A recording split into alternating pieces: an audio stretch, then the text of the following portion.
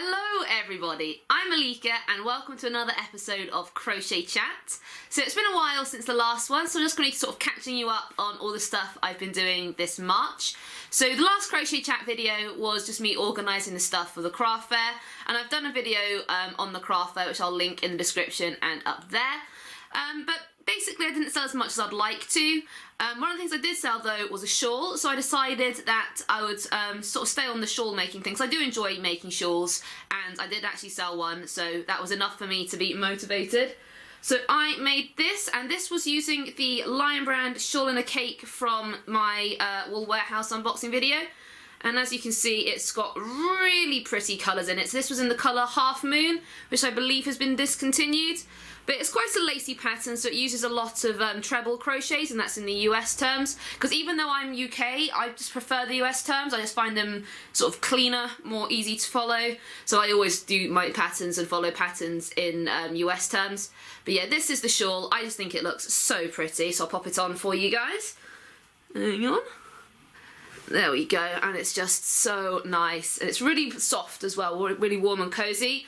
The fibre was interesting to work with, so I've got the sort of remnants of it. Now one of the things I really liked is that it did stay sort of nice and tight and compact right until the very end, so it wasn't just like tangling and unravelling all over the place, it was just sort of staying where it was, and I could work from it very easily. So I worked from the outside in, as the thread I pulled at the start just happened to be from the outside, so I went with it. It feels kind of weird to the fingers, so if you look carefully you can sort of see those white bits, and I think it's like because I think in the Shawl in the Cake it said 3% was other fibres, and I'm not entirely sure what those other fibres were, but I think that's perhaps got something to do with the sort of slight scratchiness to it. But when you work it up, the actual finished product doesn't feel scratchy, it's just when you're working with it. So as well, my hands have been quite dry lately, presumably because I've been washing them for the full 20 seconds, obviously to try and be healthier with everything going on in the world.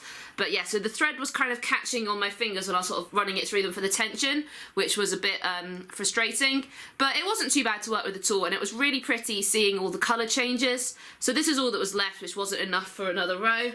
But yeah, I'm really happy with this shawl, so hopefully I'll sell it at one of my craft fairs in the future. But yeah, I really like this shawl. So one of the other things I got in my Wool Warehouse sort of haul was a 10mm hook, and I used that for this yarn. So this is the Wendy Attitude, and I'm not entirely sure of the colour, but as you can see it's like a really thick yarn, so I think it actually recommends a 12mm, but I have the 10mm, so I used that. What I made with it, so this was an entire 100g skein, and it's just a cowl, so it's a really sort of thick warm one, and you can also sort of fold it on itself like that. So yeah, and I think the colours in it are really pretty. So it's mostly grey but with flecks of colour throughout, so you've got pinks, yellows, blues, greens. It's like a rainbow just on the grey, and I used the granny stripe for this. Now with this one I must have frogged it and redone it, I don't even know how many times, trying to find the right pattern to work with it, because where the yarn is so thick not all patterns are working with it. And I think at first I tried a herringbone, I believe, and like it didn't even get anywhere close to going around my neck even once. So in the end I did the granny stripe because it has the gaps, and yeah, I think it's just a really pretty cowl, definitely really good for winter. So I'll be taking that to my craft fair if I do one, hopefully in the autumn. So assuming that things go back to normal, I'm hoping to do a craft fair sort of October-y time, but we'll have to see how that goes. But yeah, this was all that was left from the 100g skein, so barely anything and not enough for another row. But yeah, so that was that. Then one of the other things I did, I still had one hank left of my February knit crate yarn. So I'd already made a scarf and I decided to make some fingerless gloves. So I'm just going to pop those on for you guys.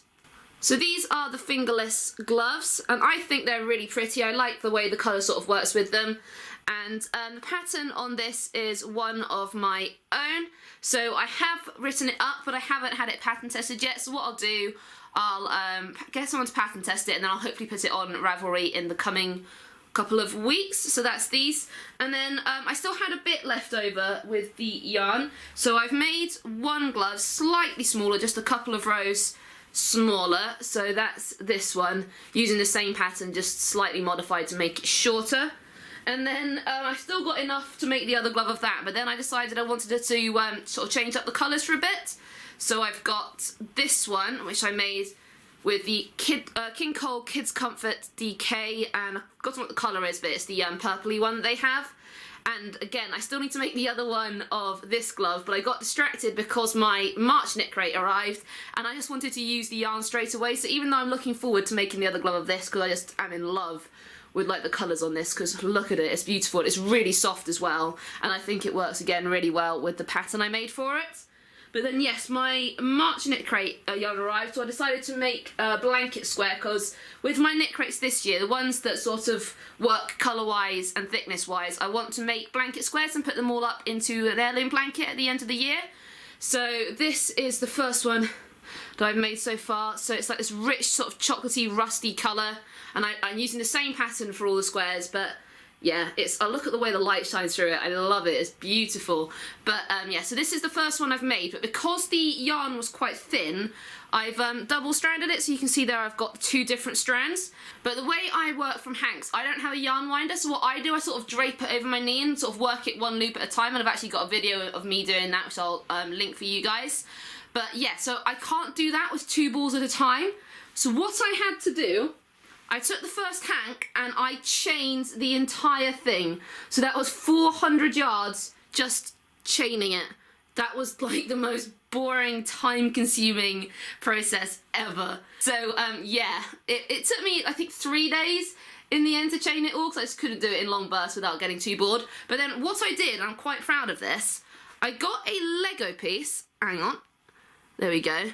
I got a Lego piece and I threaded it through and wedged it in. And what that Lego piece does, it means that it's got the one thread coming out of that side, and then I'm trying to hold it up so you guys can see. And then when I pull it, it sort of de-chains it as I pull. So the chain gets caught on one side of the Lego and then gets essentially frogged as it's pulled, which means I can just pull straight away from the thread and just get my yarn straight away with no risk of tangling, because it's all chained up, so it's not going to tangle on the threads like it would do if I just sort of unwound it and just put it in a bowl by itself. The threads would all get tangled on themselves. So I was quite proud of that hack. And yeah, so what I've been doing, I double stranded it to make this, which gives it a really nice thickness, because the other ones I've been using have been sort of Aran weight and bulky weight. So this, by double stranding it, because it's a 4-ply one, so by double stranding it, it meant it was the right sort of thickness. It's so soft because it's made with 100% alpaca, and I'm just so in love with it. So I'm really enjoying working with it now that the first tank has been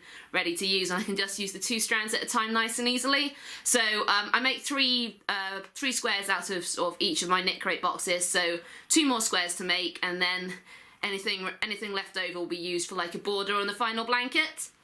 And then one of the other things I want to show you, I made this actually quite a while ago, so it's a matching hat and scarf set. So this is an infinity scarf, and the other day I wanted to go out, because it was like we're allowed out, we're in quarantine at the moment, but we're allowed out once a day for some exercise, so I just wanted to get some fresh air, but it was quite windy, and I don't have a hat and scarf just because hats don't really suit me, and I've never liked scarves because they have dangly bits. But where this is an infinity scarf, there was nothing dangling down, so what I did, I just thought, well, I'm not going out for too long, and I'll put it on with the infinity scarf and the hat. There we go. This is quite a thick headscarf, so the hat's not going on as well. But yeah, and I ended up just really loving how it looked and how it felt, which is totally unlike me, because normally I don't like hats and scarves. But I've decided that this one is no longer for sale, because I want to keep it for myself, because yeah, I'm in love with it. I think it looks really pretty. I love the sort of sparkly effects on the yarn. I think I've forgotten what it is. It's one of those sort of materials that makes the sparkle happen. If you can remember what the sparkly ones are called, drop them in the comments below, because I cannot remember for the life of me. But yeah, it's got like greys, it's got whites, it's got lighter purples, it's got like really deep purples, and it's matching with the hat, which I really like. And yeah, where it's an infinity scarf, there's none of those bits that I have to like flop around or like tuck in. It just fits perfectly on my neck, just wrap it twice, and it is exactly where I want it to be. It's nice and cozy.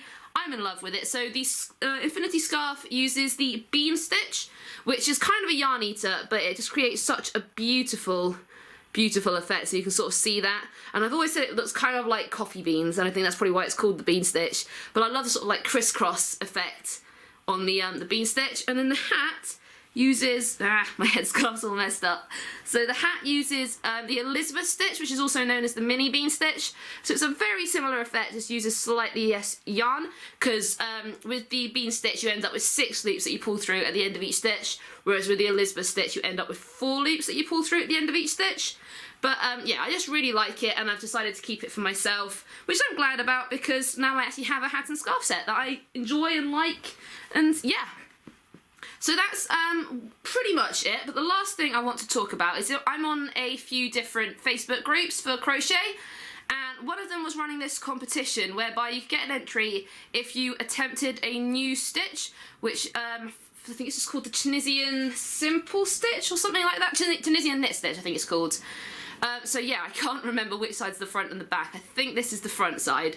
So I've never tried Tunisian crochet before. So Tunisian crochet uses a hook with like a really long shaft on it. So it's kind of like a knitting needle, but with a hook at the end. And so I watched a YouTube tutorial, but I watched it on my phone without volume because my husband had the TV for his Xbox. So that could be why I did such a bad job of it. But this was the final stitch. Hang on. Yeah, it curves a lot because I think my tension's terrible. I'm not entirely sure I did it right because it doesn't seem like a perfect square. It's like stretched. And then this is the back of it. So it's got ridges along in the other direction.